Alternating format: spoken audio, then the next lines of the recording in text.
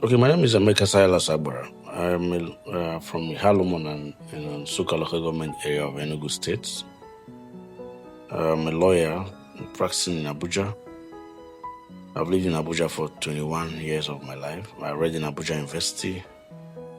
And then my popular name is the King of Halumon, which is a traditional title that my community gave me in recognition of my little efforts in lifting the community and lifting our people. I am the one contesting for House of Representative to represent Nsukka and Igbere South in the federal House of Representatives. And then I want to thank our people for the love and support I've gotten so far. It is not my first time. I had tried to get leadership to be able to bring to life some of the ideas that God has put in my head because of the special routes that I went to become a human being, even in 2023, and then our people still supported me because some of the issues I talk about are issues that speak to young people. They are very unique need and then speaks to their journey. Because I've been there, God has helped me. I mean, at 40, I have ticked a lot of the indices that that you want to look at and say, oh, somebody is making some little progress. But again, God took me through a very unique journey to get to where I am today. I'm the National Secretary of the Nigerian Bar Association Legal Entrepreneurship Committee, where we're driving innovation and business, teaching business incubation, business growth, and business innovation.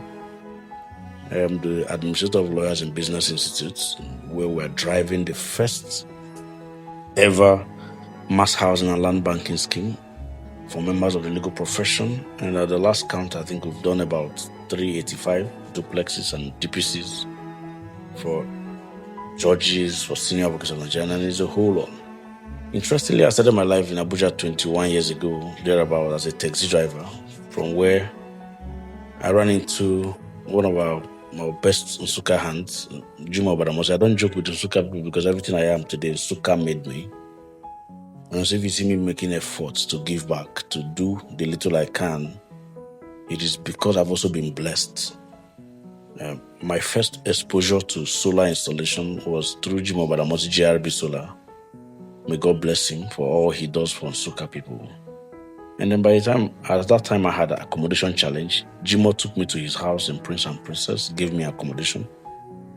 In all the struggle, I was able to find solace in his place, in my uncle's place in Jikoi then, who didn't want me to be in his place because I refused to join them in business. Well, having now realized that a young person who is driven, who wants to make something meaningful out of his life, if you offer him accommodation, urban accommodation, even if it's in a rat hole, and then give him a skill, he can sort himself out and become something useful in society. And having suffered from accommodation myself, I made a vow to God that I'll be giving young people, especially people of Nsukka zone, Igbo Nsukka, free accommodation until I die. And I started it in 2008, and that's what we call Hope House. So the concept of Hope House is that if you identify you are driven, you want to make something meaningful out of your life, we'll give you a minimum comfort accommodation where you could put up and start life. And in 2 years, you could pay your own rent and be able to sort yourself out and go to school. We also preach certificate to certificate. That's how some of us came about. So after I met Jimo, and then by the time I started even learning solar, he didn't even know anymore because, when you know what you want, you go all out. And then eventually when I became a lawyer, I became the only lawyer who knows solar installation. So the Nigerian Bar Association branches started giving my company Solar for All Limited partnerships all over Nigeria. And then of course, BOSAN, the Body of Senior Advocates of Nigeria. We put integrity into it. We learned leveraging, and then we didn't wait until we had all the money to start. So we partnered those who were already ahead of us. And before you know, we grew. And then by the time the NBA saw that some of us who had other means of income a bit stable financially, a bit practicing law with great integrity. The NBA thought we should have a committee, a National Legal Entrepreneurship Committee, to mainstream entrepreneurship in the legal profession. And I was appointed the National Administrator with Mohammed Dayako SA as National Chairman. So that was how I came about. And then, of course, we have our Lawyers in Business Institute, where I'm administrator. So the ideas we are trying to push. So by the time my solar business, even as a lawyer, picked up, Mr. Emeka Begolu SAN, who coincidentally was the chairperson of the MBA Technical Committee that hosted the last MBA conference in Enugu here, started funding us interest-free. So you have a lot of demand for solar, and then you're not able to meet up financially. Mr. Begolu gives us some millions, $1 million too, and then we're able to install solar and then get paid.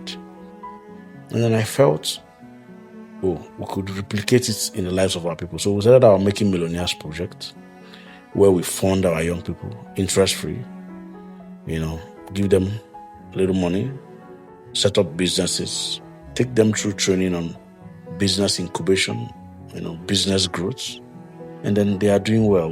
There's a cluster of our Nsukka people.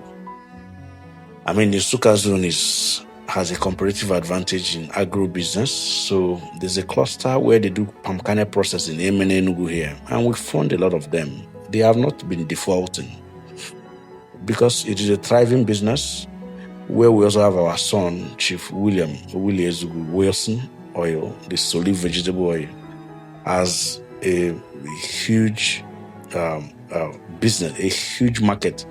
Even if you produce 20 million liters of palm kernel oil, Wilson will absorb it. So we fund them. They go to Oribweze, go to Nkwebagwa, go to Nkwegeha, buy palm kernel, crush in Emene, process, sell the oil and sell the chaff, and they are making ends meet. So somebody who is there with a young person who is in that cluster and wants to further his academics wouldn't need anybody to pay their fees.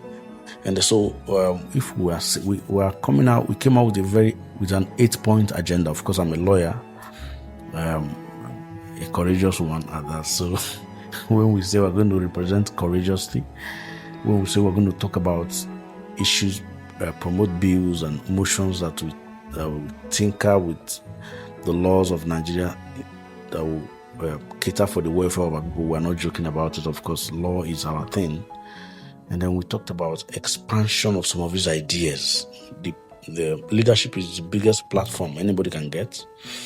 And it's unfortunate. People who have been there, they're not bad people, but we are saying ideas differ. So the Hope House 2027 campaign slogan is, we're saying we're coming with new ideas and new possibilities. It is not about anybody being bad. Nobody's bad, but people's visions differ. And I have said, and I want to make this statement with every sense of responsibility. Allow the Nsukka people choose who they want. Whatever outcome that we get tomorrow during the primaries, and it is free and fair, I'll personally abide by it. There's no need for squabbles. But I think that our people are understanding the message that we're pushing. If we're saying there should be an Adada Center for business tech development, it is because all our boys are now in HK learning wrong businesses, learning Yahoo. So if we're saying don't go to HK, what alternative do we have? Where else can they go to learn real business? I mean, are we just going to be roaming like that? Okay, we're saying that we need to move away from the old order of gather people, pay band people, play music, cook food, buy drinks, print face cap, and then share what we call mobilization. We just hosted the governor in Nsukka, Enugu North. I was part of it vigorously. I know how much we spent on that day. And I've made the argument that if we raise another 120 million and we identify 20 young people from each of the 6 local governments that make up Nsukka zone, and put them through training, even if we want to concentrate, like I said, on agro-biz, and fund them with 1 million naira each, you see that we would have raised 120 people, millionaires in quotes, who in 5-10 years could replicate it, who would help drive home the messages that the governor is preaching, who will help key into the new Enugu that our governor is building. He has really done his best, trying his best, but of course the negatives are too much, and we need young people who we are affecting directly to be able to douse all the negatives. So what I feel that we are doing is that we are giving a lifeline to this government that we love so much. His Excellency, the governor of Enugu State, won my heart with the way he went about the Enugu Air project.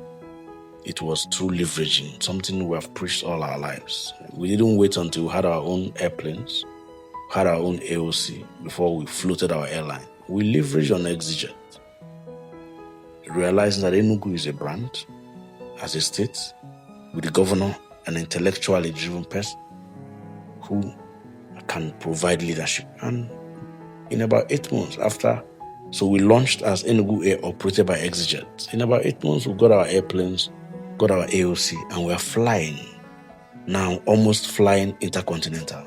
That is the power of vision. That's the power of good leadership. And we are supporting the governor because we are convinced that he is the kind of leader Enugu needs at this point in time. To be able to ease off the governors, everybody sees the acceptance of my candidacy.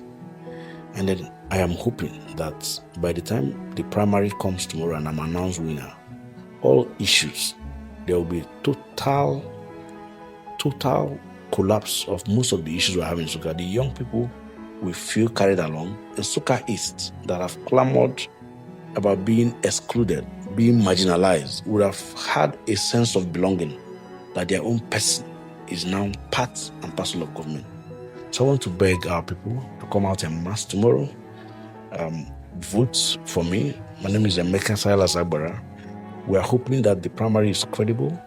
We are hoping that there won't be any need for rancor. But I also want to assure us, as a lawyer who swore an oath to defend people's rights, I'm not going to allow my right to be trampled.